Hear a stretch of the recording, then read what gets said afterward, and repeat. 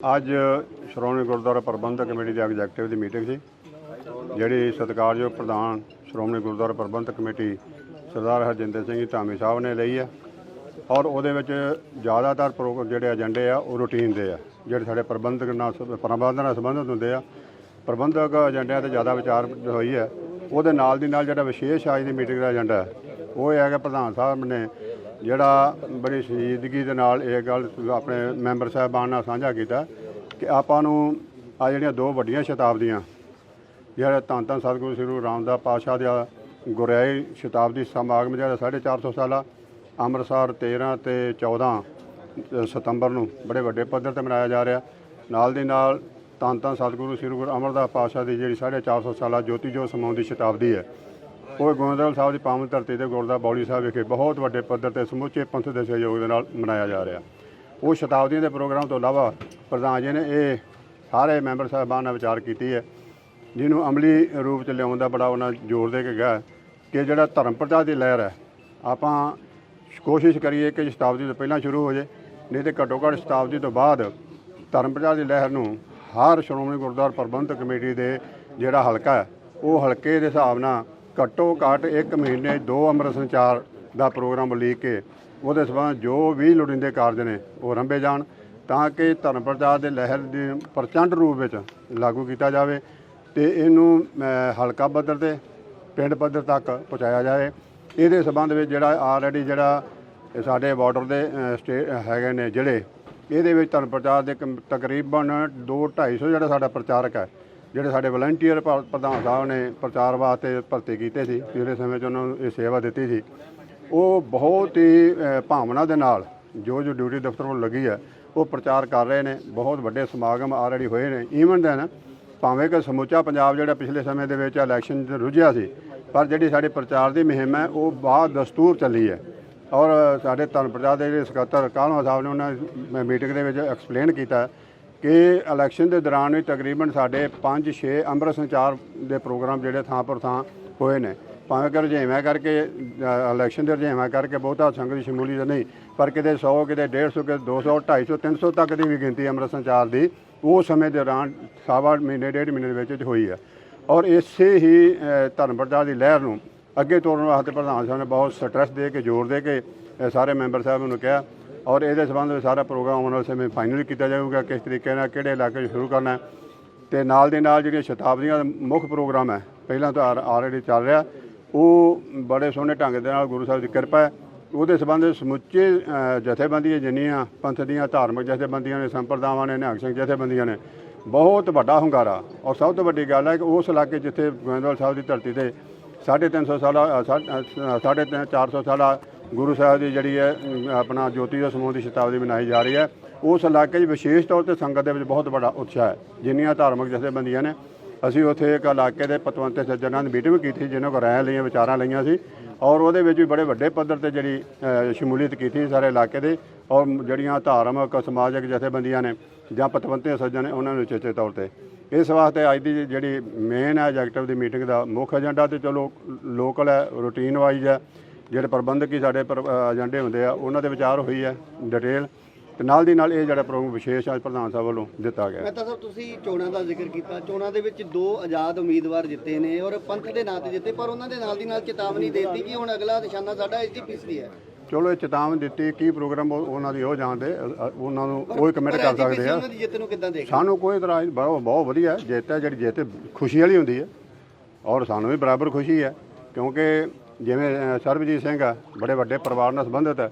ਸਰਦਾਰ ਬੇਅੰਤ ਸਿੰਘ ਦੀ ਵਿਰਾਸਤ ਦੇ ਵਿੱਚੋਂ ਇਹ ਵੀ ਗੱਡੀ ਚਰਚਾ ਵਾਲੀ ਗੱਲ ਹੈ ਕਿ ਐਡਾ ਵੱਡਾ ਕੌਮ ਨੇ ਉਸ ਪਰਿਵਾਰ ਨੂੰ ਸਨਮਾਨ ਦਿੱਤਾ ਹੈ ਉਹਨਾਂ ਦੀ ਵੱਡੀ ਕੁਰਬਾਨੀ ਨੂੰ ਮੁੱਖ ਰੱਖਦਿਆਂ ਕਿ ਉਸ ਇੱਕ ਪਰਿਵਾਰ ਦੇ ਵਿੱਚੋਂ 3 ਮੈਂਬਰ ਪਾਰਲੀਮੈਂਟ ਕੌਮ ਨੇ ਬਣਾਏ ਆ ਜਿਤਾ ਕੇ ਭੇਜੇ ਆ। ਪਹਿਲਾਂ ਇਹ ਸਰਬਜੀਤ ਦੇ ਫਾਦਰ ਸਾਹਿਬ ਬੇਅੰਤ ਸਿੰਘ ਉਹਨਾਂ ਦਾ ਜਿਹੜੇ ਸਤਿਕਾਰਯੋਗ ਪਿਤਾ ਸਰਦਾਰ ਸੁੱਚਾ ਸਿੰਘ ਮਲੋਹਾ ਉਹ ਜਦੋਂ ਮਾਨ ਸਾਹਿਬ ਦੀ ਇਲੈਕਸ਼ਨ ਹੋਈ ਉਹ ਪਾਰਲੀਮੈਂਟ ਦੇ ਉਸ ਬੈਚ ਦੇ ਵਿੱਚ ਉਹ ਬਠਿੰਡੇ ਤੋਂ ਇਲੈਕਟ ਹੋਏ ਸੀ। ਸੰਗਤਾਂ ਨੇ ਬੜੇ ਭਾਵਨਾ ਸ਼ਰਧਾ ਨਾਲ ਬੜੇ ਉਤਸ਼ਾਹ ਨਾਲ ਜਿਹੜਾ ਉਹਨਾਂ ਨੂੰ ਚੁਣਿਆ ਸੀ। ਉਸ ਤੋਂ ਬਾਅਦ ਬੀਬੀ ਬਿਮਲ ਕੌਰ ਖਾਲਸਾ ਸਰਬਜੀਤ ਦੇ ਮਾਤਾ ਔਰ ਅੱਜ ਇਸ ਇਲੈਕਸ਼ਨ ਦੇ ਸਰਬਜੀਤ ਨੂੰ ਉਹ ਮਾਨ ਸਨਮਾਨ ਇਲਾਕੇ ਦੀ ਸੰਗਤ ਨੇ ਕੌਮ ਨੇ ਦਿੱਤਾ। ਸਿੱਖਾਂ ਦੇ ਮੁੱਦੇ ਲੋਕ ਸਭਾ ਦੇ ਵਿੱਚ ਹੁਣ ਤੱਕ ਰੱਖ ਸਕੇ ਕਿਉਂਕਿ ਬੰਦੀ ਸਿੰਘਾਂ ਦਾ ਵੀ ਇੱਕ ਬਹੁਤ ਵੱਡਾ ਮੁੱਦਾ ਬਹੁਤ ਪੁਰਾਣਾ ਮੁੱਦਾ ਕਿਉਂਕਿ ਬੰਦੀ ਸਿੰਘਾਂ ਦਾ ਮੁੱਦਾ ਤੇ ਕਾਮਨ ਏਜੰਡਾ ਬਣ ਗਿਆ ਸਮੁੱਚੀ ਕੌਮ ਦਾ ਹੀ।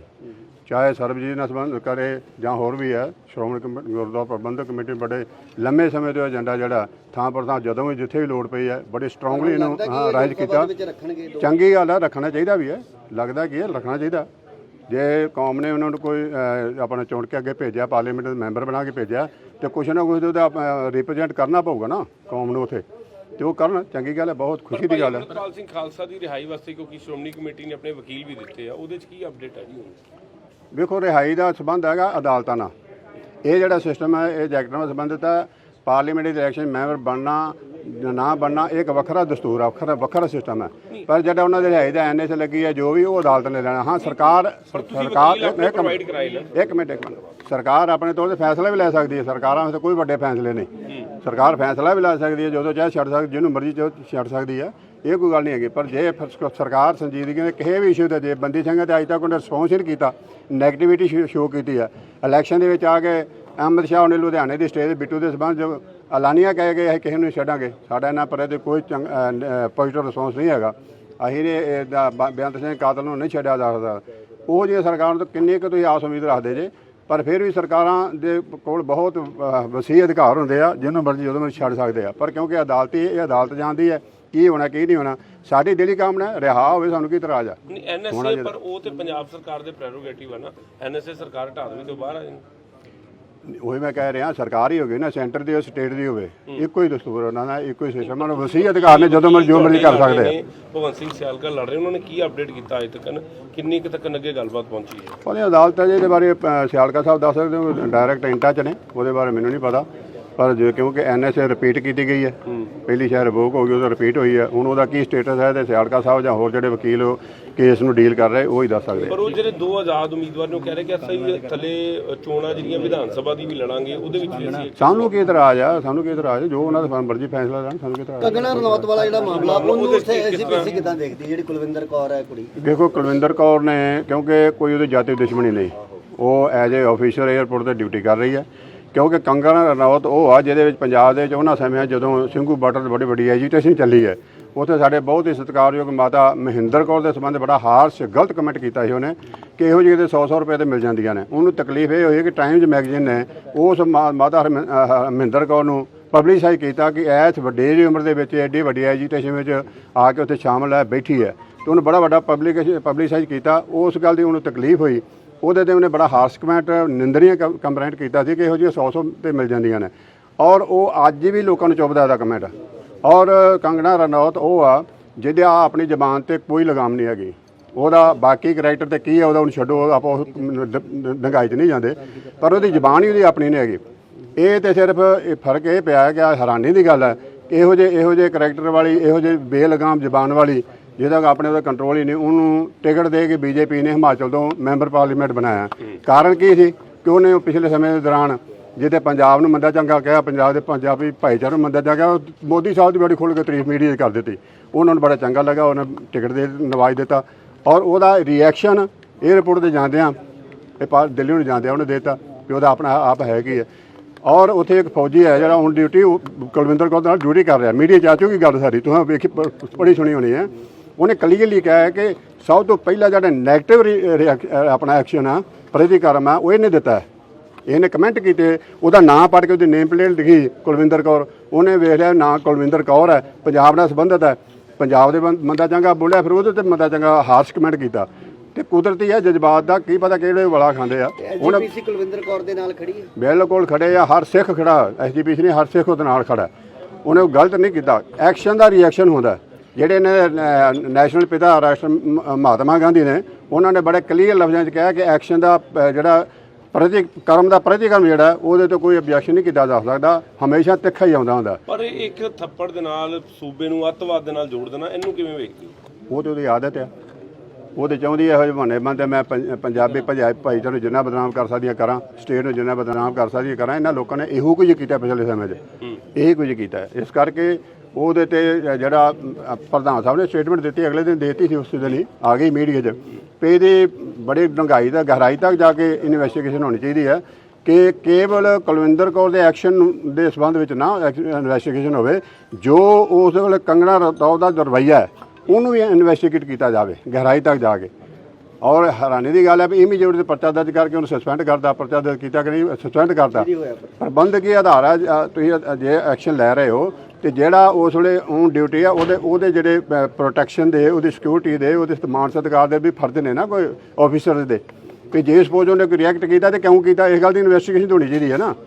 ਉਹ ਜਾਤੀ ਦੁਸ਼ਮਣੀ ਤਾਂ ਹੈ ਨਹੀਂ ਵੀ ਉਹਨੇ ਵਹਿੰਦਿਆ ਸਾਰ ਉਹਦੇ ਚਪੇੜ ਮਾਰਤੀ, ਉਹਨੇ ਬੋਲਿਆ। ਫੌਜੀ ਸਾਹਿਬ ਕਹਿੰਦੇ ਆ ਕਿ ਉਹਨੇ ਬੋਲਿਆ ਉਹਦੇ ਬੋਲਣ ਤੋਂ ਨਹੀਂ ਜਰ ਸਕੇ ਤੇ ਉਹਨੇ ਕੀਤਾ। ਤੇ ਇਹਨੂੰ ਤਕਲੀਫ ਕਿਉਂ ਇਦਾਂ ਦੀ? ਇਹਨੂੰ ਪੂਰੇ ਹੋਰ ਵੀ ਬੜੇ ਐਕਟਰ ਨੇ, ਇਹਨੂੰ ਕਿਉਂ ਇੰਨੀ ਤਕਲੀਫ ਹੈ? ਹੈਂ ਇਹਨੂੰ ਕਿਉਂ ਨਹੀਂ ਤਕਲੀਫ ਹੈ? ਹੋਰ ਵੀ ਬਹੁਤ ਸਾਰੇ ਐਕਟਰ ਨੇ, ਪਰ ਇਹਨੂੰ ਕਿਉਂ ਮਾੜੇ ਕਿਉਂ ਲੱਗਣ ਲੱਗ ਪਏ ਪੰਜਾਬੀ? ਨਾਲੇ ਜੇ ਹੁਣ ਪੰਜਾਬੀ ਜੇ ਹਿਮਾਚਲ ਜਾਣਗੇ ਉਹਨਾਂ ਨੂੰ ਵਿਤਕਰਾ ਕੀਤਾ ਜਾਊਗਾ ਤੇ ਕਿਉਂ ਕਾਰਨ ਕੀ ਹੈ ਇਦਾਂ ਦਾ, ਕਿਉਂ ਕਰ ਰਹੀ ਹੈ? ਪਿੱਛੇ ਵੀ ਦੇਖਦੇ ਆ ਕਿ ਆਉਣ ਵਾਲੇ ਸਮੇਂ 'ਚ ਕੀ ਹੁੰਦਾ ਕੀ ਨਹੀਂ, ਤੇ ਭਵਿੱਖ ਦੀਆਂ ਗੱਲਾਂ ਨੇ, ਉਹਨੂੰ ਆਪਾਂ ਹੁਣ ਅਸੈਸ ਨਹੀਂ ਕਰ ਸਕਦੇ। ਪਰ ਇਹਦਾ ਜਿਹੜਾ ਰਵੱਈਆ ਆ ਉਹ ਸਿੱਖ ਭਾਈਚਾਰਾ ਉੱਤੇ, ਵਿਸ਼ੇਸ਼ ਕਰਕੇ ਪੰਜਾਬ ਤੋਂ ਸਿੱਖ ਭਾਈਚਾਰਾ, ਔਰ ਜਦੋਂ ਇਹਨੂੰ ਪਤਾ ਲੱਗਾ ਸਿੰਘ ਨਾਂ ਵਾਲਾ, ਕੌਰ ਨਾਂ ਵਾਲਾ, ਉਹਦੇ ਤੇ ਉਹਨੂੰ ਨਹੀਂ ਕਿਸੇ ਤਰ੍ਹਾਂ ਵੀ ਜਰ ਸਕਦੀ, ਉੱਤੇ ਬੜਾ ਹਾਰਸ਼ ਕਮੈਂਟ ਕਰਦੀ ਹੈ। ਜੇ ਸਰਕਾਰ ਨੇ ਬਣਾਇਆ ਤੇ ਸਰਕਾਰ ਮੋਦੀ ਸਾਹਿਬ, ਅਮਿਤ ਸ਼ਾਹ ਨੂੰ ਚਾਹੀਦਾ ਇਹਨੂੰ ਸਾਧ ਕੇ ਮਾੜੀ ਮੋਟੀ ਕੋਈ ਪਾਠ ਵੀ ਪੜਾਉਣ ਅਕਲ ਦਾ, ਵੀ ਤੂੰ ਅਕਲ ਤੋਂ ਕੰਮ ਲੈ, ਏਡੀ ਵੱਡੀ ਰਿਸਪੌਂਸਿਬਿਲਿਟੀ ਜ਼ਿੰਮੇਵਾਰੀ ਸੀਟ ਤੇ ਆ ਗਈ ਹੈ, ਕੋਈ ਅਕਲ ਤੋਂ ਕੰਮ ਲੈ, ਪਿੱਛੇ ਜੋ ਹੋ ਗਿਆ ਗਾਂਹ ਤੋਂ ਅਕਲ ਕਰੇ। ਪਰ ਜੋ ਉਹਨੇ ਰਾਈਟ ਕੀਤਾ, ਤੇ ਮੈਂ ਇਹ ਵੀ ਦਾਅਵੇ ਨਾਲ ਕਹਿ ਸਕਦਾ ਕਿ ਇਹਨੇ ਪਾਰਲੀਮੈਂਟ ਵਿੱਚ ਵੀ, ਔਰ ਮੋਦੀ ਸਾਹਿਬ ਹੁਣ ਤੇ ਖੁਸ਼ ਹੋ ਗਏ, ਉਹਨੇ ਕੋਈ ਤਾਰੀਫ ਕੀਤੀ ਪਿਛਲੇ ਸਮੇਂ 'ਚ, ਆਉਣ ਵਾਲੇ ਸਮੇਂ ਮੋਦੀ ਸਾਹਿਬ ਵਰਗੇ ਨੂੰ ਇੰਸਪਾਇਰ ਨਹੀਂ ਕਰਨਾ ਇਹਨੇ। ਜਿਸ ਲੈਵਲ ਦੀ ਲੇਡੀ ਹੈ, ਜੋ ਉਹਦੀ ਜ਼ਬਾਨ ਦਾ ਆਪਣੇ ਤੇ ਕੰਟਰੋਲ ਨਹੀਂ ਹੈਗਾ, ਇਹਨਾਂ ਨੂੰ ਵੀ ਉਹਨੇ ਮਾਫ ਨਹੀਂ ਕਰਨਾ। ਜ਼ਰੂਰ ਕਤਲ ਉਦੋਂ ਫਿਰ ਇਹਨਾਂ ਨੂੰ ਹੋਸ਼ ਆਊਗੀ ਕਰ ਬੈਠੇ ਆ। ਚਲੋ ਐਨੀ ਹੋ ਪਾਰਟੀ ਦੇ ਫੈਸਲੇ ਨੇ, ਅਸੀਂ ਕਿਉਂ ਕਰਨਾ, ਪਰ ਇਹੋ ਜਿਹਾ ਜਿਹੜਾ ਕਰੈਕਟਰ ਉਹਨੂੰ ਪਹਿਲਾਂ ਹੀ ਚੰਗੇ ਤਰੀਕੇ ਨਾਲ ਡੀਲ ਕਰਨਾ ਚਾਹੀਦਾ ਹੈ। ਜਿਹੜਾ ਕਾਲ ਚਲਾਣਾ ਹੋਇਆ, ਬਹੁਤ ਮੰਦਭਾਗੀ ਘਟਨਾ ਹੋਈ ਹੈ ਜੀ। ਕੋਈ ਖੈਰ ਕਾਨਪੁਰ ਲਾਗੇ ਕਿੱਥੇ ਐਕਸੀਡੈਂਟ ਹੋਇਆ, ਬਹੁਤ ਗੁਰੂ ਸਾਹਿਬ ਦਾ ਕੋਈ ਭਾਣਾ ਹੀ ਹੈ ਕਿ ਕੀ ਕਾਰਨ ਬਣਿਆ, ਕਿਉਂ ਹੋਇਆ, ਦੁਰਘਟਨਾ ਹੋਈ, ਐਕਸੀਡੈਂਟ ਹੋਇਆ, ਉਹਦੇ 'ਚ 3 ਡੈਥ ਜਿਹੜੀਆਂ ਨੇ ਮੌਕੇ 'ਤੇ ਹੋ ਗਈਆਂ, 3 ਹੀ ਸ਼ਾਇਦ ਸਰੀਰ ਉਹ ਕਾਰ ਵਿੱਚ ਸਨ। ਤੇ ਸਾਡੀ ਦਿਲੀ ਹਮਦਰਦੀ ਹੈ ਆਪਣਾ ਉਹਨਾਂ ਦੇ ਕੁੜਮ ਭਾਈਚਾਰੇ ਦੇ ਪਰਿਵਾਰ ਨਾਲ ਵੀ, ਵਿਸ਼ੇਸ਼ ਤੌਰ 'ਤੇ ਸਾਡੇ ਬਹੁਤ ਸਤਿਕਾਰਯੋਗ ਐਡੀਸ਼ਨਲ ਹੈੱਡ ਗ੍ਰੰਥੀ ਜਿਹੜੇ ਅਕਾਲ ਤਖ਼ਤ ਸਾਹਿਬ ਸਰਦਾਰ ਮਲਕੀਤ ਸਿੰਘ, ਜਿਨ੍ਹਾਂ ਦਾ ਹੋਣਹਾਰ ਸਪੁੱਤਰ ਸੀ, ਔਰ ਉਹਨਾਂ ਨੇ ਮੇਰੇ ਕੋਲ ਪਤਾ ਲੱਗਿਆ ਕਿ ਉਹਨੇ ਬੇਨਤੀ ਕਰਕੇ ਇੱਥੇ ਹੀ ਬੁਲਾਇਆ ਸੀ ਕਿ ਤੂੰ ਅਮਰੀਕਾ ਛੱਡਿਆ, ਇੱਥੇ ਬੜੀਆਂ ਵੱਡੀਆਂ ਜ਼ਿੰਮੇਵਾਰੀਆਂ ਹੁੰਦੀਆਂ ਨੇ, ਇੱਥੇ ਆਪਾਂ ਬਹੁਤ ਕੁਝ ਕਰ ਸਕਦੇ ਹਾਂ। ਤੇ ਉਹਨੂੰ ਸ਼ਾਇਦ ਨੂੰ ਇਹ ਸਮਝ ਕੇ ਲਾਇਆ ਵਿਚਾਰੇ ਨੂੰ। ਬਹੁਤ ਸੁਹੱਪਣ ਸੀ, ਬੜਾ ਸੋਹਣਾ ਬੱਚਾ, ਆਗਿਆਕਾਰੀ ਬੱਚਾ ਸੀ, ਤੇ ਬੜਾ ਦੁੱਖ ਹੋਇਆ, ਸਮੁੱਚੇ ਸਾਰੇ ਭਾਈਚਾਰੇ ਨੂੰ ਦੁੱਖ ਹੋਇਆ।